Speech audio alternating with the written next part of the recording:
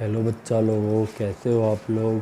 तो बच्चों देखो, अभी तक हमने गैल्वेनिक सेल वाला पार्ट पूरा कर लिया है ना, जिसके अंदर हमने नर्स्ट इक्वेशन वगैरह ही पढ़ी, ई नोट सेल पढ़ा है ना, गिव फ्री एनर्जी पढ़ी, इक्विलिब्रियम कांस्टेंट पढ़ा, सेल रिएक्शन पढ़ी, सेल रिप्रेजेंटेशन पढ़ी, बहुत कुछ पढ़ा है ना, इलेक्ट्रोकेमिकल सीरीज़ पढ़ी। काफ़ी कुछ हम ऑलरेडी पढ़ चुके हैं, 60% चैप्टर तो ऑलमोस्ट हो चुका है। अब हम कोशिश करेंगे कि अगले 7-8 दिन में हम ये बचा हुआ इलेक्ट्रोलिसिस पार्ट और जो भी आपका कंडक्टेंस वाला पार्ट है और आपकी बैटरी वगैरह वो हम जल्दी 7-8 दिन में ख़त्म करने की कोशिश करेंगे, क्योंकि काफ़ी टाइम हो गया है ना। तो बच्चों ठीक है, देखो इलेक्ट्रोलिसिस आज हम स्टार्ट करते हैं। इलेक्ट्रोलिसिस आज हम लेंगे बस बेसिक इंट्रोडक्शन कि इलेक्ट्रोलिसिस क्या क्या होता है, कि इसको हम किस तरह से पढ़ेंगे। बाकी अच्छे से इलेक्ट्रोलिसिस तो हम नेक्स्ट लेक्चर में पढ़ेंगे, जिसकी जब हम कंपेयर करेंगे इलेक्ट्रोलिटिक सेल का और गैल्वेनिक सेल का, तब तुम्हें चीज़ें बहुत अच्छे से क्लियर होंगी। ठीक है बच्चों। तो देखो, इलेक्ट्रोलिसिस के नाम में ही जाते हैं। इलेक्ट्रोलिसिस अगर हम इसको तोड़ें तो इलेक्ट्रोलिसिस में होगा, इलेक्ट्रो का मतलब क्या होता है बच्चों, इलेक्ट्रिसिटी है ना, ऑफ कोर्स इलेक्ट्रिसिटी होता है। और तुम्हारा लिसिस का मतलब कहीं भी तुम्हें दिखे बच्चों, इसका मतलब होता है तोड़ना, है ना, कि तोड़ना। लिसिस मतलब तोड़ना। तो बच्चों इलेक्ट्रोलिसिस का पूरा मतलब हो गया ब्रेकिंग बाय इलेक्ट्रिसिटी, कि मतलब किसी भी चीज़ को इलेक्ट्रिसिटी की मदद से तोड़ना। ठीक है बच्चों, ये होता है इलेक्ट्रोलिसिस का मतलब। अगर अब हम तुमसे डेफिनेशन पूछें कि इलेक्ट्रोलिसिस की डेफिनेशन बताओ, तो बोलो क्या होगी। देखो देखते हैं। It is the process in which breaking, या फिर डिकम्पोजिशन भी बोल सकते हैं ना ब्रेकिंग को, डिकम्पोजिशन ऑफ केमिकल या electrolyte occurs by using electricity. कि इलेक्ट्रोलिसिस क्या है, कि जिसके अंदर केमिकल कंपाउंड का तोड़ना हो, केमिकल या जिसे हम इलेक्ट्रोलाइट भी बोल सकते हैं ना, उसका टूटना हो इलेक्ट्रिसिटी को यूज़ करके, है ना। इलेक्ट्रोलिसिस क्या है, सिंपल सा प्रोसेस जिसके अंदर हम केमिकल को तोड़ें और तुम्हारा क्या हो, केमिकल टूट जाए इलेक्ट्रिसिटी की हेल्प से।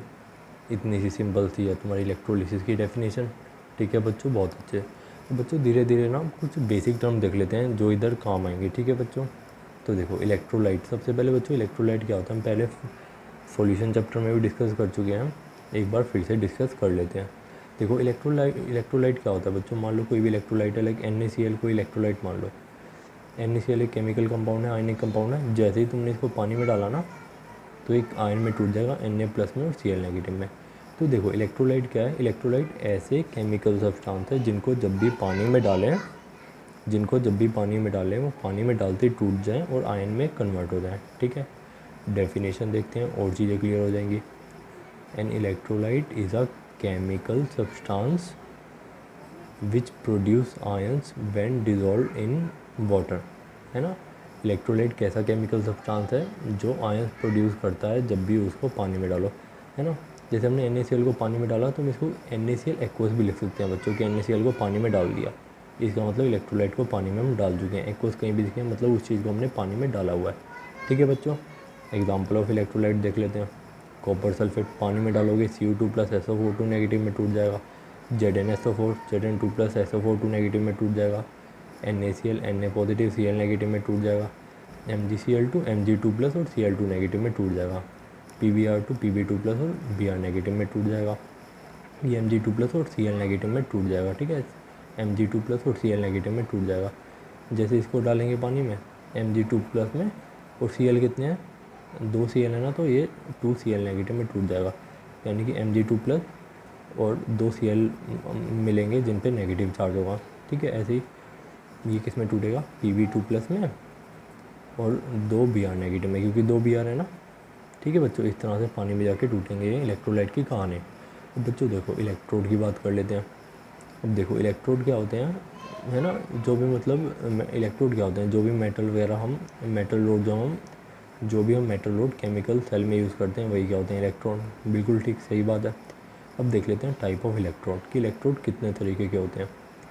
एक होता है इनर्ट इलेक्ट्रोड, एक होता है एक्टिव इलेक्ट्रोड। इनर्ट इलेक्ट्रोड मतलब बच्चों अपने में रहने वाले, किसी से मतलब नहीं रखते, बस खुद में की दुनिया में रहने वाले। और एक्टिव इलेक्ट्रोड कौन से होते हैं, जो हर किसी से मतलब रखते हैं, या अपने में मतलब ये हर किसी से मतलब रखते हैं।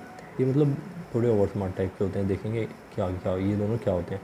इनर्ट इलेक्ट्रोड कौन से होते हैं, जो सेल रिएक्शन में पार्टिसिपेट नहीं करते। मान लो कोई सेल रिएक्शन हो रही है, जैसे मेटल का रोड है, कोई मतलब ही नहीं है क्या सेल रिएक्शन चल रही है, बस पड़े हुए हैं, बस करंट को कंडक्ट करा रहे हैं अपने थ्रू, बाकी इनका कोई काम नहीं है ना, कि मतलब सेल रिएक्शन में पार्टिसिपेट नहीं करते, उन्हें बोलते हैं इनर्ट इलेक्ट्रोड।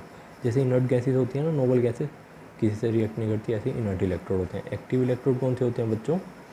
जो सेल रिएक्शन में पार्टिसिपेट कर देते हैं, बल्कि कहीं सेल रिएक्शन चल रही होगी ना तो सेल रिएक्शन को रुकवा के खुद रिएक्शन में पार्टिसिपेट करने लग जाएंगे, मतलब इतने तेज़ होते हैं, किसी और की तो सेल रिएक्शन करवाएंगे नहीं, अपनी पहले चालू कर देंगे। ठीक है, इनर्ट इलेक्ट्रोड का एग्जांपल देख लो, प्लेटिनम ग्रेफाइट। और एक्टिव इलेक्ट्रोड के एग्जांपल देख लो, कहीं भी तुम्हें प्लेटिनम ग्रेफाइट दिखे तो मतलब कौन था? इनर्ट इलेक्ट्रोड गिवन है, जो रिएक्शन में पार्टिसिपेट नहीं करेगा। और एक्टिव इलेक्ट्रोड कौन से होते हैं? Copper, magnesium, silver, iron, zinc है ना, एक्सेट्रा एक्सेट्रा, ये सब बातें। ठीक है बच्चा लोगों। और हाँ, इलेक्ट्रोलाइट दो तरीके के होते हैं, वीक और स्ट्रॉन्ग।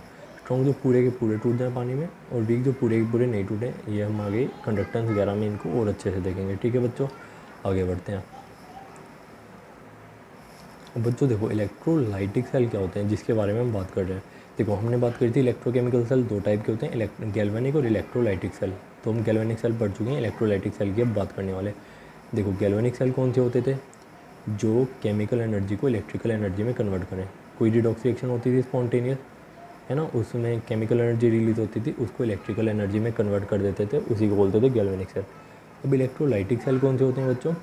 पहली बात तो ऐसे इलेक्ट्रोकेमिकल सेल जिसके अंदर इलेक्ट्रोलाइसिस का प्रोसेस हो। इलेक्ट्रोलाइसिस का प्रोसेस हो मतलब कि जिसके अंदर केमिकल का टूटना हो, है ना। इलेक्ट्रोलाइसिस ही तो होता है केमिकल का टूटना बाय यूजिंग ऑफ इलेक्ट्रिसिटी। तो इलेक्ट्रोलाइटिक सेल कौन से होते हैं? इलेक्ट्रोकेमिकल सेल जिसके अंदर प्रोसेस ऑफ इलेक्ट्रिसिटी हो। ठीक है बच्चों, सिंपल सी बात। और इलेक्ट्रोलाइटिक सेल के अंदर क्या होता है? इलेक्ट्रिकल एनर्जी किस में कन्वर्ट हो जाती है? केमिकल एनर्जी में। गैल्वेनिक सेल में तो हम बच्चों केमिकल रिएक्शन से इलेक्ट्रिसिटी प्रोड्यूस कर रहे थे, इसके अंदर क्या करेंगे हम? इलेक्ट्रिसिटी का यूज़ करके हम केमिकल रिएक्शन करवाएंगे।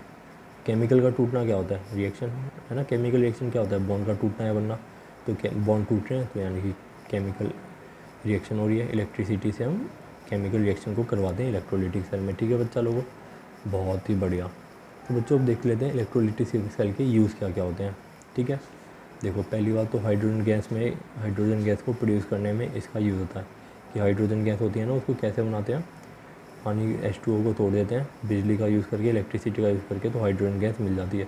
ऐसे ही क्लोरीन गैस का भी प्रोड्यूस करने के लिए इलेक्ट्रोलाइटिक सेल का यूज़ होता है ना, या इलेक्ट्रोलिसिस का भी बोल सकते हैं।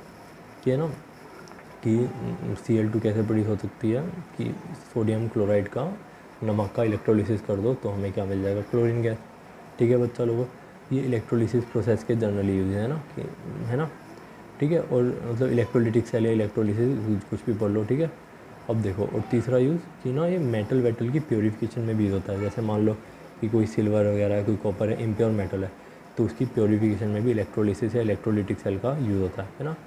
कि जैसे मान लो कोई सोडियम मेटल है, कैल्शियम, मैग्नीशियम, एल्यूमिनियम, इन सब के प्योरीफिकेशन वगैरह में या फिर एक्सट्रैक्शन में, मान लो 2-4 मेटल इकट्ठे मिले हुए हैं तो उसको निकालने में भी, मतलब इकट्ठे मिले हुए मिक्सचर है तो उनको अलग करने के लिए भी इलेक्ट्रोलाइटिक सेल या इलेक्ट्रोलिसिस का यूज़ होता है ना। और इससे कौन कौन से मेटल प्योरीफाई हो सकते हैं? Sodium, calcium, magnesium, aluminium. ठीक है बच्चा लोग, बहुत अच्छे। और ये तुम्हारा NCERT का इंटेक्स्ट का क्वेश्चन नंबर 3.11 का भी आंसर है। ठीक है बच्चा लोगों, बहुत बढ़िया। ठीक है, अब ना इलेक्ट्रोलिसिस रिएक्शन को लिखने से पहले थोड़ी बहुत हम इन रूल को फॉलो करेंगे तो हमारा काम ईजी हो जाएगा। तो इसको बस ज़रा से याद रखना कि बच्चों मान लो कहीं भी तुम्हें, मतलब कोई भी तुम्हें गिवन नहीं है कि इलेक्ट्रोड के बारे में, तुम्हें इलेक्ट्रोलाइटिक सेल के अंदर गिवन नहीं है, कुछ भी मेंशन नहीं है, तो हम कैसा एज्यूम करके चलेंगे, कैसा मान के चलेंगे कि रोड कैसी है? इनर्ट रोड होगी, तब इन्होंने मेंशन नहीं करा कि वो रोड किसी से मतलब नहीं रखेगी। ठीक है, और सबसे पहले हम ना सेल रिएक्शन में क्या करेंगे? एनोड रिएक्शन को लिखेंगे, क्योंकि हमारा काम इजी हो जाएगा। जब हम सेल रिएक्शन लिखेंगे तो तुम्हें चीज़ें और अच्छी होंगी। ठीक है बच्चों, बहुत बढ़िया। और देखो तीसरी बात कि अगर मान लो एक्टिव इलेक्ट्रोड गिवन है कोई भी, जैसे कॉपर, मैग्नीशियम, सिल्वर एक्सेट्रा, है ना, तुम्हें पता चल जाएगा कि जब भी एक्टिव इलेक्ट्रोड गिवन होगा तो उसके अंदर रिएक्शन सिर्फ और सिर्फ इलेक्ट्रोड के बीच में होगी। जो पहले रिएक्शन इलेक्ट्रोलाइट के बीच में हो रही थी ना, वो अब इलेक्ट्रोड के साथ ना होके, मतलब जो अब रिएक्शन होगी सिर्फ और सिर्फ इलेक्ट्रोड के बीच में होगी जब भी तुम्हें एक्टिव इलेक्ट्रोड गिवन हो। ठीक है, कि मतलब यही राजा होगा और यही प्रजा होगी, कि ये इलेक्ट्रोलाइट से मतलब नहीं होगा, अपने में ये रिएक्शन करके बैठ जाएगा। ठीक है बच्चों, ये था बेसिक आइडिया तुम्हारा इलेक्ट्रोलाइटिक सेल का। देखो पहली बात ना, इलेक्ट्रोलाइटिक सेल के अंदर देखो बच्चों, तुम्हारा ना इलेक्ट्रोलिसिस तुम्हारे 12th के सिलेबस में 2 पार्ट में बटा हुआ है, एक तो क्वालिटेटिव एनालिसिस और एक क्वांटिटेटिव एनालिसिस। ये ना अभी अभी जस्ट एक जनरल आइडिया ले लो इलेक्ट्रोलिसिस के हल का। इसको हम अगले लेक्चर में बहुत अच्छे से पढ़ेंगे कि देखो 2 रोड होती हैं, कोई सॉल्ट ब्रिज वगैरह नहीं होता, एक ही बीकर के बीच में 2 रोड होगी, एक एनोड होगी एक कैथोड होगी। इसको हमने बैटरी से कनेक्ट किया हुआ, ठीक है बच्चों। अब देखो क्वालिटेटिव और क्वांटिटेटिव एनालिसिस का मतलब क्या है कि देखो कि मतलब क्वालिटेटिव मतलब कि इन रोड पे आके कौन से एटम का रिडक्शन हो रहा है, कौन से आयन का रिडक्शन हो रहा है, ऑक्सीडेशन हो रहा है, कि सोडियम का हो रहा है, क्लोरीन का हो रहा है ना, कि हाइड्रोजन का हो रहा है। क्वालिटेटिव मतलब कौन सा बंदा आ रहा है इन पे रिडक्शन या ऑक्सीडेशन करने के लिए, ठीक है। ये तो होगी क्वालिटेटिव की बात कि किसका रिडक्शन हो रहा है, किसका ऑक्सीडेशन हो रहा है, कौन सा मेटल आके डिपॉजिट हो रहा है, कौन सी गैस आके रिलीज़ हो रही है। ये तो होगी क्वालिटेटिव की बात कि जब इलेक्ट्रोलिसिस कर रहे हैं तो कौन से तुम्हारे प्रोडक्ट में फॉर्म हो रहे हैं ना, कौन कौन से गैसेस या तुम्हारे सॉलिड वगैरह, ठीक है। अब क्वांटिटेटिव की बात करें कि जैसे मान लो ये सोडियम था, ठीक है, ये क्या कैथोड पे जाके बैठ के इसने क्या फॉर्म कर लिया, एन ए सॉलिड। क्वांटिटेटिव में हम बात करेंगे कितना ग्राम फॉर्म हुआ, ठीक है, कितने इलेक्ट्रॉन का यूज़ करके फॉर्म हुआ, है ना, कितनी हमें इलेक्ट्रिसिटी देनी पड़ेगी। मान लो कि अगर तुम्हें 10 ग्राम एन को कैथोड पे डिपॉजिट कराना है तो इसके लिए तुम्हारी कितनी इलेक्ट्रिसिटी यूज़ हुई, है ना। कि मतलब क्वांटिटेटिव मतलब जहाँ पे हम क्वांटिटी की बात करेंगे कि कितना क्या यूज़ हुआ। जैसे मान लो कि एक बहुत बड़ा स्टेडियम है, कोई कंसर्ट होने वाला है, ठीक है। अब जैसे मतलब वहाँ पे 100 लोग आए हैं, ठीक है, और वहाँ पे बहुत बड़ी बड़ी हस्ती भी आई है, जैसे सचिन तेंदुलकर आ गया, अमिताभ बच्चन आ गया ना। अब मैंने तुम में से एक से पूछा कि बच्चों चलो क्वालिटेटिवली बताओ कि कौन कौन आया था, कि मतलब कौन क्वालिटी वाला आदमी आया था, कौन कौन बड़ा आया था। तुमने बोल दिया सर सचिन तेंदुलकर आया था, अमिताभ बच्चन आया था, क्वालिटी वाले तो ज़्यादातर ये लोग थे कि सेलिब्रिटी। अब मैंने पूछा बच्चों क्वांटिटी में क्या था उधर, कितने लोग थे। क्वांटिटी में तुमने बोल दिया कि सर क्वांटिटी में तो 100 लोग थे। मतलब क्वांटिटी मतलब नंबर से हमें मतलब होता है कि क्या नंबर, क्वालिटी मतलब नेचर से कौन आया, कैसे प्रोडक्ट फॉर्म हुआ। तो इलेक्ट्रोलिसिस क्वालिटेटिव क्वांटिटेटिव 2 पार्ट में हम डिवाइड करेंगे। क्वालिटेटिव में हम बात करेंगे कि मतलब तुम्हारा एनोड पे कौन सा गैस लिबरेट हुई, है ना, कौन सा तुम्हारा सॉलिड फॉर्म हुआ, सोडियम फॉर्म हुआ, जिंक फॉर्म हुआ, है ना, क्लोरीन गैस निकली, ऑक्सीजन गैस निकली। ये सब होगी क्वालिटेटिव में बात।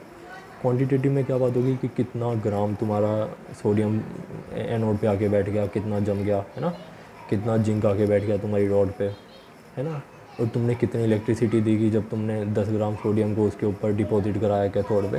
तो ये सब हम बात करेंगे ना कि मतलब ये सब हम क्वान्टिटेटिव में बात करेंगे। ज़्यादातर बोर्ड इस टॉपिक से ज़्यादा क्वेश्चन पूछता है, इससे रेयरली पूछता है, इससे जेईई में तो पूछते हैं बट बोर्ड जर्नली इससे पूछता है, ठीक है बच्चों। इस पर भी अच्छे से फोकस करेंगे, बट इसको समझने के लिए तुम्हें क्वालिटेटिव का आइडिया अच्छे से होना चाहिए, तो तुम्हें ये ईजिली समझ आ जाएगा, ठीक है बच्चा लोगों। क्वालिटेटिव क्वांटिटेटिव का तुम्हें आइडिया लगा हो। क्वालिटी मतलब कौन कैसे क्या प्रोड्यूस हो रहा है, क्वांटिटी मतलब कितना अमाउंट में, है ना। क्वांटिटी से मतलब अमाउंट से हमें मतलब होता है ना, क्वांटिटी मतलब अमाउंट, ठीक है बच्चों। अभी 2-3 दिन इलेक्ट्रोलिसिस को बहुत बढ़िया से करेंगे, तुम्हें समझ आ जाएगा, कोई डाउट नहीं रहेगा। डाउट हो तो पूछ लेना, ठीक है बच्चा लोगों। Thank you so much.